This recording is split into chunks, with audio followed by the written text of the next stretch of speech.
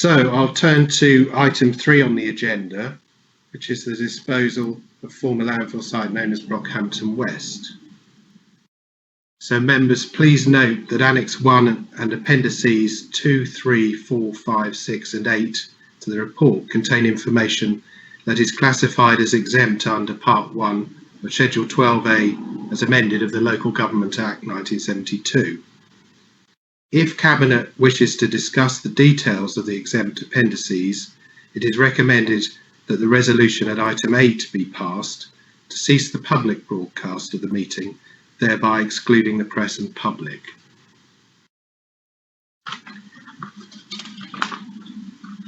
I would suggest that we decide on that once we've heard from the deputies, which I'll deal with in a moment. So members, this is a matter which actually falls into my portfolio, and therefore it falls to me to introduce. So as you know, this extraordinary Cabinet meeting has been called in order for us to discuss and make a decision with regard to the disposal of the former landfill site. And it comes within my purview of regeneration. As you're aware, the site has been disused since it ceased to function as a landfill amenity site around 1994. The site has been considered for various uses in recent times, and earlier in the year, Councillor Pike, who joins us today, and who then held the portfolio, advised the Cabinet that he was approving the site for sale, as this represented best value for the Council.